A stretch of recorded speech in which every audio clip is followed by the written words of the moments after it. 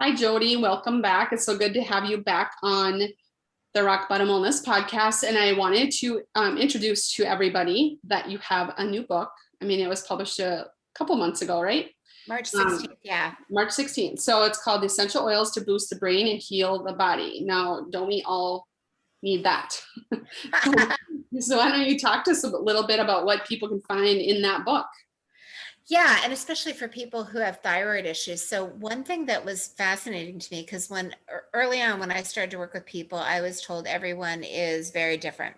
We all Mhm. have different needs. And what I started to find though was patterns. Like people would come to me and they'd have all their test results, and in their mind they were incredibly complicated and difficult. And what I started noticing is no matter what the test results showed, people seemed to have at least three, sometimes five things in common. Those three things being they weren't sleeping well. Mhm. Either they struggled to fall asleep or they would wake up in the middle of the night. They were more stressed. They were your operating system in your body is your autonomic nervous system. Mhm. It has two gears, kind of the gas pedal, sympathetic, fight or flight, Yeah. and the brake, rest and digest. All healing occurs in rest and digest, parasympathetic. They were stuck in the wrong gear. They were toxins weren't leaving their body. They Mhm. were getting reabsorbed, and then these toxins were triggering an immune response, which was triggering inflammation. So it wasn't even what they were eating. They just weren't able to shepherd the garbage out of their body. Right. They didn't really have the energy to heal, or their immune system was either overactive, autoimmune, or underactive, not responding to things. Mhm. And so those five things I found lend themselves incredibly well to essential oils, both because oils are able to access the brain where the remedies do not, and Mhm. because they're plant-based and herbal, they're really great for returning the body to balance. So the whole goal of the book was to give people, to empower people with an easily accessible strategy that they could use on their own. So it's three parts. Part one explains oils, what oils are, concentrated essence of plants. Mhm. Plants, are used in most of the pharmaceutical drugs. Valium is valerian root, white willow bark is aspirin. Part two is really explaining these five imbalances, because I find that once people understand, like, oh, uh, I'm in the wrong gear of my nervous system. It's like trying to bike uphill, in the highest gear. I'm making it harder for myself. I can downshift. Yeah. Then it's much easier to get them to comply because they totally understand. They're able to recognize when they're out of balance and help shift themselves back into balance. And then the final part is really the protocol. Like, here are the oils, here are the recipes. If people love oils and want to make their own, I share all the recipes. If that's not your cup of tea and you just want a ready-made solution, I offer that at vibrantblueoils.com. So it was really an attempt to meet people where they were at on all levels.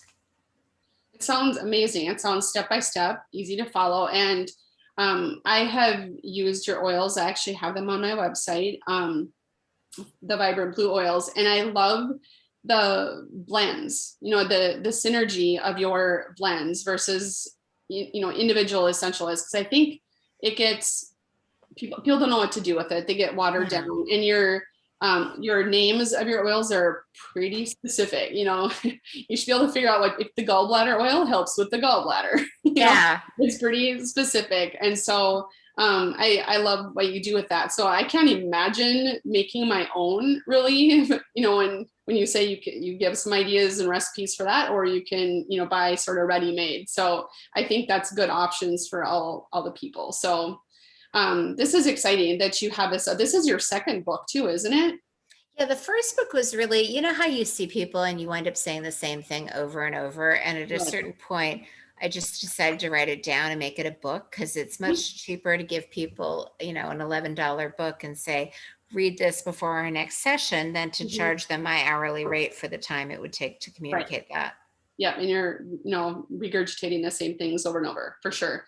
Um, Yeah. so talking about the autoimmune conditions, you mentioned that with how our two different gears that we kind of end up in, and how autoimmune can be one of those things that happens after we've been in that sympathetic state for far too long. And I think the majority of people are in an overdrive, right? Yeah. And so, how does that look? How does that manifest with regard to the autoimmune process? And how can oils sort of help, tamp that down or to support symptoms from that? Yeah, so it really has to do with how the nervous system works. So, your autonomic nervous system controls all of your automatic functions, your breathing, your heart rate, your digestion, your detoxification, ability to anti-inflame, and immune function. And it's designed to keep you alive, so it has different speeds. If you're in danger, known as the sympathetic fight or flight, resources are allocated differently. For immediate survival, blood is routed to the arms and the limbs and away from digestion and detoxification. Things like immune function are turned off. Inflammation in the short term is turned off, and then it kind of runs rampant under the surface with no check and balance on it. And so, what people don't necessarily realize is that it's kind of like you can only do delayed maintenance for so long, right? You can only deficit spend for so long. You can only, not take out the garbage for so long, and then it starts to build up and become problematic. So, you really need to be able to drop into that rest and digest regenerative state so that your body can kind of deal with the delayed maintenance. And when that doesn't happen over time, all of the toxins, we can talk about that. Like, part of the parasympathetic nervous system is supporting your shepherding the garbage out of the body, right? In order for the cells to release the rubbish, they need to feel like it's safe. It needs to be safe to Mhm. detoxify. And then the garbage goes from the cell to the lymph, to the blood, to the liver, to the gallbladder, to the gut, to the toilet. And if at any point it gets reabsorbed back into the system, think of Greek mythology. So the Sisyphus was always pushing the rock up the hill, and he'd get it to the top and then it would roll back down. So imagine now that your liver is Sisyphus. It has today's garbage that it's pushing to the top of the hill, along with what rolled down yesterday and the day before and the day before. And your liver controls so many functions, including your blood sugar, your energy, your detoxification, keeping the blood clean. All of a sudden, it's doing more than it can handle, and things fall through the cracks. Right. And that's when, there are too many toxins in your system, your immune system gets set off, it starts to over respond to everything. Right. So then people set in with autoimmune or can set in with autoimmune conditions. So Hashimoto's is the one that is very common in my world with people that I work with. And I know you have dealt with that issue as well. So how have oils helped you with this? Yeah. It's funny. I love what you do. I love Isabella Wentz. What I've kind of noticed to be true for me, she talks about how thyroid is really related to stress, specifically the adrenals, gut, and detoxification. For Mhm. me, detoxification seems to be the biggest lever. Mhm. I definitely have methylation issues. I definitely reabsorb toxins. So oils can be topically applied over the liver and the gallbladder, under the breast, right side of the body, ideally before bed, because that's when they do their heavy lifting. You can combine them with castor oil. You can combine them with castor oil and get in an Epsom salt bath. Basically, the more you can support your liver and gallbladder by giving it vitality and energy, to really move more garbage out of your system so that the garbage leaves the system and doesn't recirculate, the more you kind of support healthy hormone function and the thyroid. Also, the hypothalamus pituitary adrenal axis, right? The hypothalamus controls the whole endocrine system. And the way it works, it's the CEO, and then it sends messages to the pituitary, which is the operations system. Then the adrenals and the thyroid are more downstream. But if the message is upstream, if it's overwhelmed, if it's not kind of taking in, what levels of cortisol are currently in the blood, so it can then respond with what oil levels are needed, it's going to send incorrect messages and throw things out of whack. So one cool thing about oils is, they travel through the nose directly to the part of the brain where the hypothalamus is. You can use oils to help, kind of just like your phone glitches, you can reboot your phone. You can use oils to help reboot your hypothalamus, which then reboots the endocrine system. So you can do top down. You can look at bottom up. We were talking before we started filming about adaptogenic herbs that bring levels back into balance. So cortisol is never flatline. It's Right. supposed to be high in the morning, so it gives you energy, and then wane during the day, so it's easier to fall asleep at night. And you can do a saliva test 24 hours to test where you are. And then it's really trying to bring it back into the right rhythm. And you can use supplements like adrenal glandulars. There are certain things you can do to kind of lift it higher, certain things to lift it lower. Plants are really nice in that you takes the guesswork out. If you're kind of crazy cortisol levels, it helps tone it down. If you're exhausted with low cortisol, it helps raise it up. So it just kind of, it makes everything Goldilocks, not too hot, not too cold, just right. Right. Yeah. So the HPA is a huge factor in that for sure. So when you talked about, the olfactory, the smelling it, just getting the smell of it versus topical, what do you prefer? Do you recommend both depending on the oil or what condition people are trying to help? Yeah, actually, so inhalation is the most effective way to use oils. It gets into the system the fastest. It uses, I'm all about efficiency and cost effectiveness. So just smelling it, that can last a very long time. Mhm. And specifically, I definitely suffer from anxiety attacks. That is really easy to remedy with very targeted smelling. For Mhm. example, there are different hemispheres of the brain that do different things. There's a whole branch of functional neurology, chiropractic, that kind of Mhm. looks to balance the different hemispheres. So the part of your brain that kind of keeps you calm is your prefrontal cortex, your forehead. And the right hemisphere is more of the ruminating hemisphere of your brain. So when that right hemisphere is overactive, you can experience that as anxiety. Sure. So the way to kind of unpack the anxiety is to balance the hemispheres. The way to balance the hemispheres is to stimulate the left frontal lobe. The easiest way to do that is to smell anything through your left nostril. So inhaling specifically through the left nostril stimulates left frontal lobe, balances two hemispheres, calms anxiety. So Mhm. when you can, inhalation is fast, it's quick. And then what's interesting about topical application, most people assume that it needs to get through the skin to the capillaries to be carried to the heart, then pumped to the body to have kind of a systemic effect. Like most of us know, you hurt your elbow and you put some kind of topical cream. It helps your elbow. Your elbow feels better immediately. It Yes. doesn't help your shoulder because Right. it doesn't travel through the body. And Right. so topical application, I think, has been diminished because of that. But what people don't realize is that we have reflex points all over the body. They're often divots, and topically applying an oil on the reflex point has an immediate systemic effect. It doesn't need to travel through the capillaries to the heart, to the whole bloodstream. So that's what I think the first thing I started using from you was parasympathetic, Yep. right on the Yep. vagus. Yep. So that would be an example of that right behind the ear. Exactly. Or over the adrenals, that's a Mhm. point. The clavicles are a point. One of the things I try to do in the book, because I think I think so many of us have kind of that perfectionist syndrome where we're Mhm. afraid we're going to do it wrong. Yeah. So we overthink. So I really just kind of give you general directions so that you can't mess it up. Mhm. Like topically applying in a circle around the belly button. You're going to hit those reflex points whether Sure. you know it or not. And it's a far better, less anxious experience if you just do it that way than if you're looking for the specific divot that is, spleen 6 or whatever it is. Right. Yeah. No, I really have liked that that like so that was the first one I had started using, and I really do like the histamine balance as well. I I have love struggled that. a lot with, I always have kind of struggled with allergy symptoms and, dealing with those kind of things. And when I'm kind of flared up and use that, it's crazy how that takes it down. And so what is in that? Blue tansy, I think, is in it.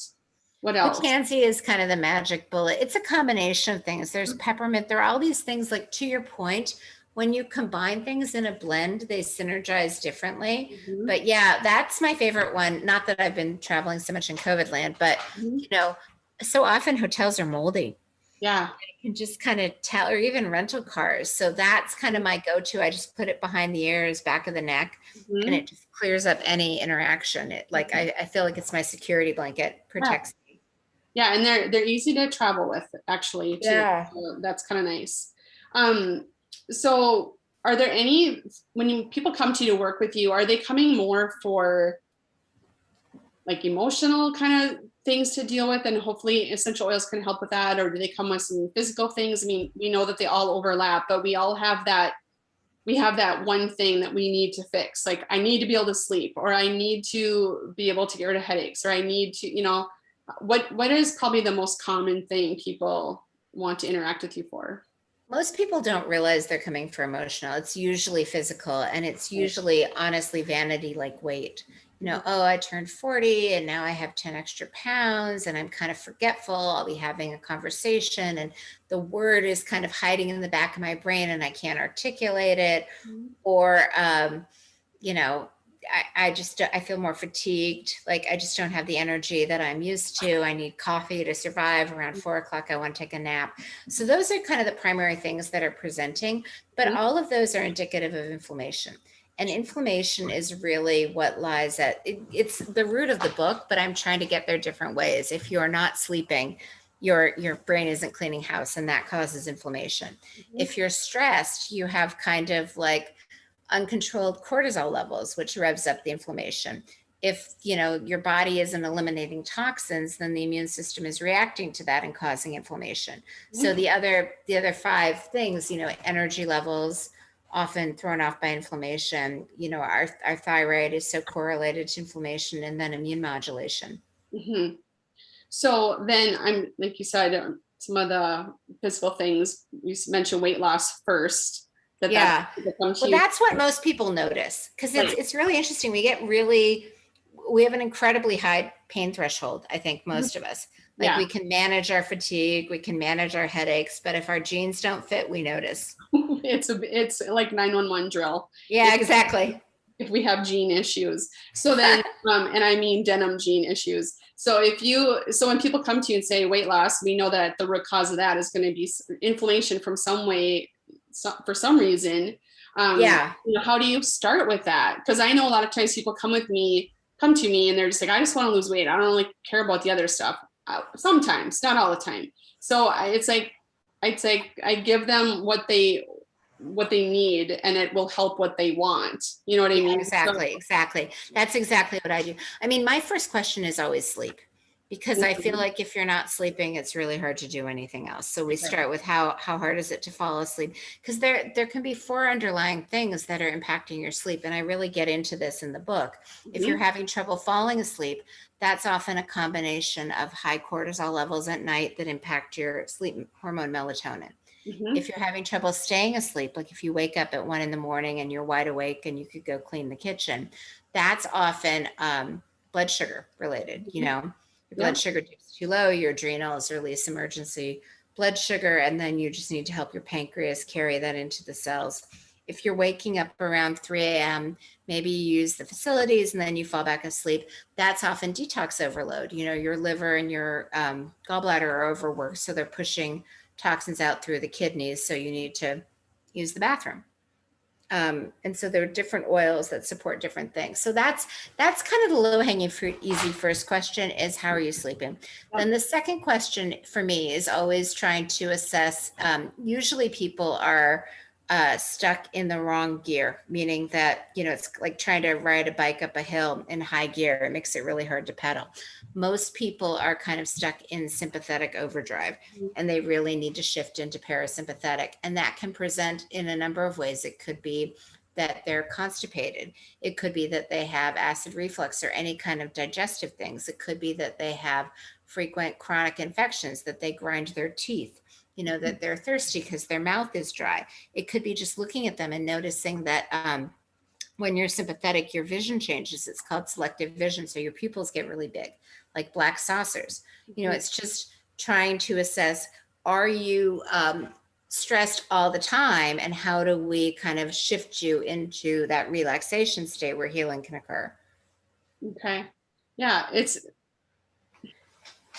about getting to that, you know, that underlying condition, rather than thinking they need to reduce calories or Yeah. exercise more, and that keeps them in that fight or flight mode. And It's a vicious cycle. I mean, it's funny. I'm doing writing a book now on resilience, and I got to interview David Perlmutter, who wrote yep. Grain Brain.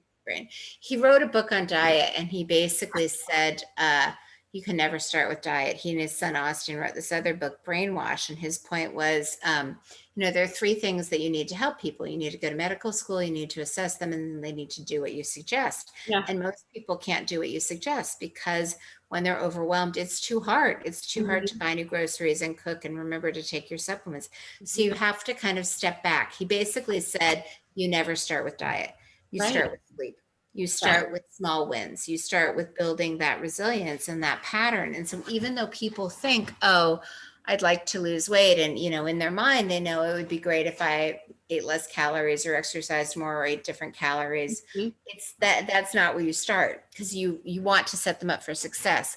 So you have to figure out, how do you set them up for success? And that's why I love oils. Mhm. There are lots of ways that you can activate your vagus nerve. Tiz Karazian talks about gagging yourself with a tongue depressor, Mhm. splashing your face with freezing water, gargling, scaring yourself during coffee enema. When I throw that out, I can see in people's faces, they're like, I'm never doing that.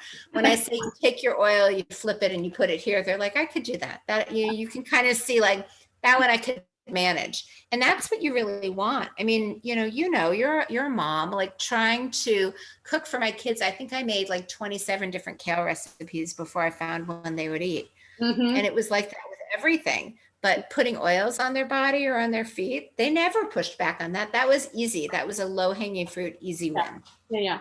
That's what we need for, to get people feeling just a little bit better. And then it sort of snowballs from there. It just seems like it just keeps getting Exactly. better and better and easier. And once you feel better, you're less tired, you Yep. have more motivation. And that's exactly my process for myself, which now I've, developed into programs for other people, is that I could not have been at any more non-functioning, non-wanting to even be part of life, really. I just didn't like, I just hadn't have any energy or motivation or anything.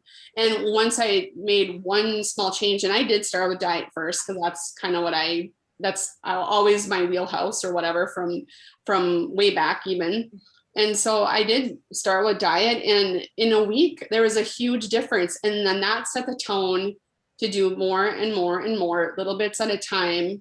And it's crazy how much it changes in a short time, even if you've been feeling terrible for a really long time. I think that's the thing. Also, we just got to get this idea that, well, you have this condition and this is how you're supposed to feel, and it's just always going to be this way. There's really nothing you can do. We are sort of in that mindset, I feel like. So if people can take these small wins by doing something simple, like, putting an oil on their feet or on their vagus nerve or on their sternum or whatever it is, or smell it, inhale it. It's going to be a win-win for people, just to keep getting better and keep improving their health. Yeah, and I do agree with you. I mean, I haven't had gluten in decades, Mm-hmm. and the minute I took that out, it was huge. Mm-hmm.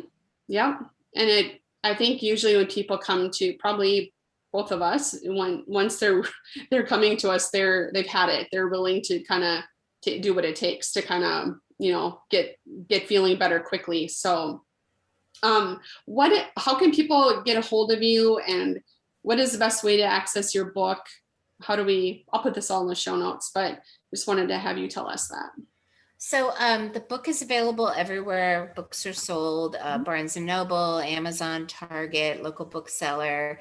And then they can come find me at vibrantblueoils.com. We have a quiz on Mhm. our site that allows you to kind of address your primary issue, your root cause, so that you don't, you know where to start, and it's manageable. And Mhm. then if they have questions, they can email info@vibrantblueoils, and we try to get back to people within 48 hours. Okay, awesome. Is there anything else you want to cover about your book we haven't talked about? Mostly just that I'm very proud of the research that I did, because I think there is a lot of, for some reason, oils don't really get the credit that I think they deserve. And so I tried very hard to put all the amazing research that does give them credit in one place. So it's really easy to take it in and kind of have a better understanding, a more comprehensive understanding of what oils are and how they work. Yeah, I love that, because I think oils are something that well-meaning individuals, I believe, have tried to help people with them and maybe not had the right information, or maybe said things that, I don't know. I was actually turned off by oils for quite a while because of the way that people spoke about them and the promises that they made regarding them. And it was scary when I think of myself in those situations, being desperate to feel better. And then Yeah. some of the sweeping statements people would make, just trying to help people, but they didn't know. And so I appreciate your research and then including that with your book, so people can really know and feel comfortable and safe, because a lot of people we see are sick and we do not want them to get sicker. We're trying to be No, helpful. I agree with you. And I don't think there is a magic bullet. My dad used to say everything in moderation, including moderation. Yeah, that is a great, great quote. It can apply in so many ways, right? Yeah, exactly. That's awesome. All right. Well, I will put all this information in the show notes, and I appreciate you being on again. And Thank I you. look forward to hearing about how awesome your book is doing. And I cannot wait to get my hands on it myself. So Yay. we'll talk Thank to you. you Thank you for your soon. time. Yeah, you're welcome. Talk Thank soon. you. Bye. Thanks. Bye.